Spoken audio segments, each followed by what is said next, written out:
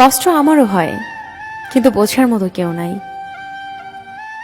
জীবনটা সেই মানুষটার সাথে কাটানো উচিত যার চেহারা থেকে মনটা অনেক বেশি সুন্দর। ভালোবাসা মানে সকালবেলা ঘুম থেকে উঠে দেখা সে মানুষটা রাত কয়টা পর্যন্ত অনলাইনে ছিল। মনের মৃত্যু অযথা সর্বদা অদৃশ্য নীরবে এই লাশটা নিজেকেই বয়ে বেড়াতে হয়। প্রয়োজন শেষ হলে আপন মানুষগুলো অচেনা হয়ে যায়। তোকে না পাওয়াটা আমার দুর্ভাগ্য নয়, তোকে কতটা ভালোবাসি সেটা তোকে বোঝাতে না পারাটাই আমার দুর্ভাগ্য।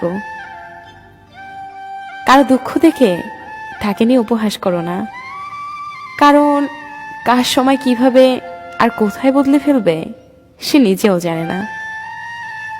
দূরত্ব কখনো ভালোবাসার কাছে হার মানে না, বরং সবসময় অনুভূতিকে ভালোবাসার কাছে টেনে নিয়ে আসে। প্রতিটা মানুষের কিছু কিছু সূক্ষ্ম পাপ থাকে, যে পাপ সে ছাড়া পৃথিবীর আর কেউই জানে না।